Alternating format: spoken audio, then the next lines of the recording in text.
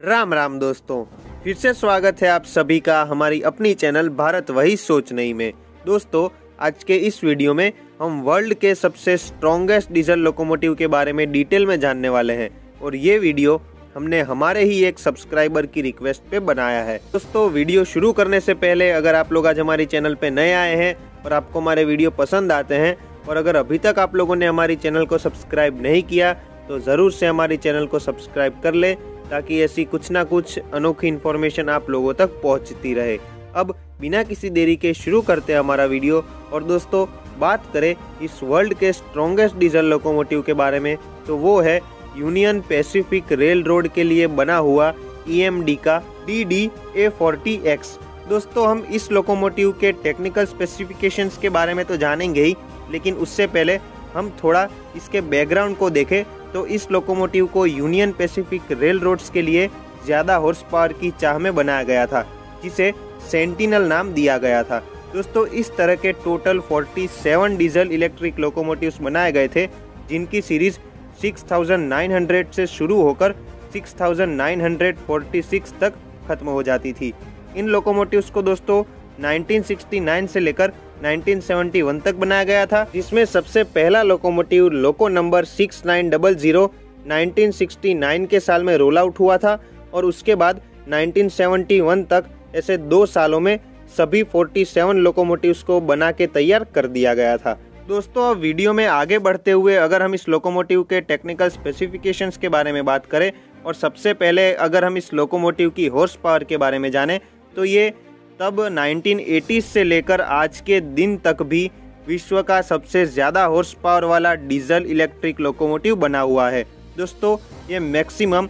6600 HP continuously deliver कर सकता है और तब उस ज़माने में जब इलेक्ट्रॉनिक फ्यूल इंजेक्शन सिस्टम नया आया था डीजल इंजिन्स में, उसकी मदद से ये पीक 7000 हॉर्स पावर तक की जो पावर है वो जनरेट कर पाता था, जिसका सारा क्रेडिट जाता है इसमें लगे EMD के 2 16 सिलेंडर 645 E38 डीजल इंजिन्स को, जिसका एक डीजल इंजन का पावर आउटपुट 3300 HP का था। दोस्तों, उस जमाने में भी हमें इस लोकोमोटिव को देखकर बिल्कुल वैसी ही फीलिंग आती थी जैसे कि अभी हमारे वेग 12 और बाकी सारे ट्विन सेक्शन लोकोमोटिव्स को देखकर आती है। इसे देखकर ऐसा ही लगता है कि इलेक्ट्रिक लोकोमोटिव्स की तरह ही इसमें भी 2 डीजल लोकोमोटिव्स को जॉइंट या फिर मिक्स करके एक पूरा का पूरा डीजल लोकोमोटिव का यूनिट बनाया हो।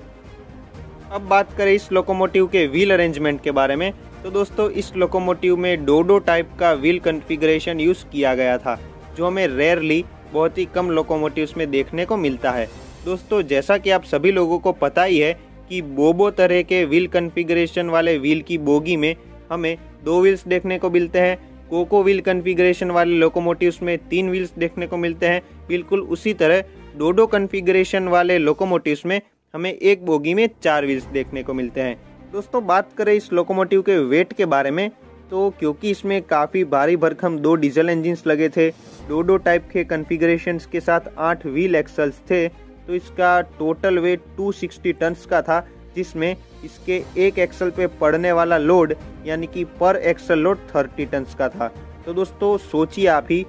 तो अगर इस लोकोमोटिव में सिर्फ 3 व्हील्स होते यानी कि कोको कॉन्फ़िगरेशन, तो एक जो व्हील का एक्सल है उस पर ज़्यादा लोड पड़ता, जिस वजह से कभी भी इस लोकोमोटिव में दुर्घटना हो सकती थी। इसीलिए ही इस लोकोमोटिव में डोडो कॉन्फ़िगरेशन का यूज़ किया गया, एक व्हील पे पड़ने वाले लोड को कम करने के लिए, जिससे कि वेट डिस्ट्रीब्यूशन बैलेंस किया जा सके।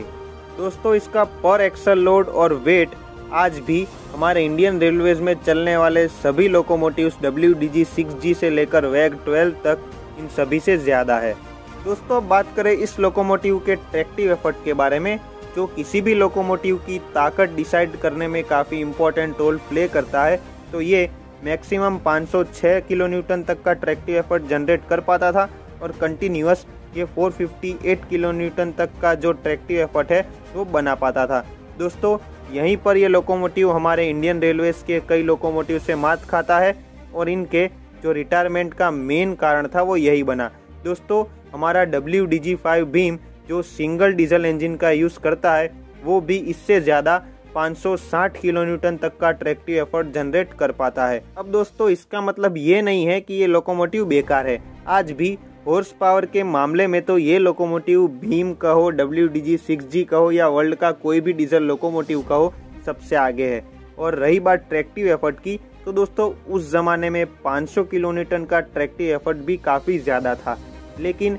हमारे मॉडर्न डीजल लोकोमोटिव्स के कंपैरिजन में ये इतना एफिशिएंट नहीं साबित हुआ और इसलिए ही शायद इसे डिसकंटिन्यू कर दिया गया। लेकिन दोस्तों यहाँ पर वही बात है कि टाइम के साथ साथ टेक्नोलॉजी इवॉल्व होती है और हमें उस पुरानी होती चली जा रही टेक्नोलॉजी को छोड़ के नई मॉडर्न और ज़्यादा एफिशिएंट टेक्नोलॉजी को अपनाना ही पड़ता है। अब दोस्तों अगर हम इस लोकोमोटिव की स्पीड के बारे में बात करें तो ये लोकोमोटिव 90 माइल्स पर आवर यानी कि 144 किलोमीटर पर आवर की टॉप स्पीड में चल सकता है, जो दोस्तों इस लोकोमोटिव के इतना भारी भरकम और बड़ा होते हुए काफ़ी ज़्यादा इम्प्रेसिव है। और अब इन लोकोमोटिव्स के प्रेजेंट सिनेरियो के बारे में बात करूं दोस्तों, तो इसमें से केवल लोको नंबर 6936 ही अब भी यूनियन पैसिफिक रेल रोड्स में एक्टिवली अपनी सेवाएं दे रहा है और अब भी सर्विस में है। बाकी के सभी लोकोमोटिव्स को 1984 तक रिटायर कर दिया गया था, जिसमें से कि 13 लोकोमोटिव्स को पब्लिक प्रेजेंटेशन के लिए अलग अलग जगह डोनेट कर दिया गया था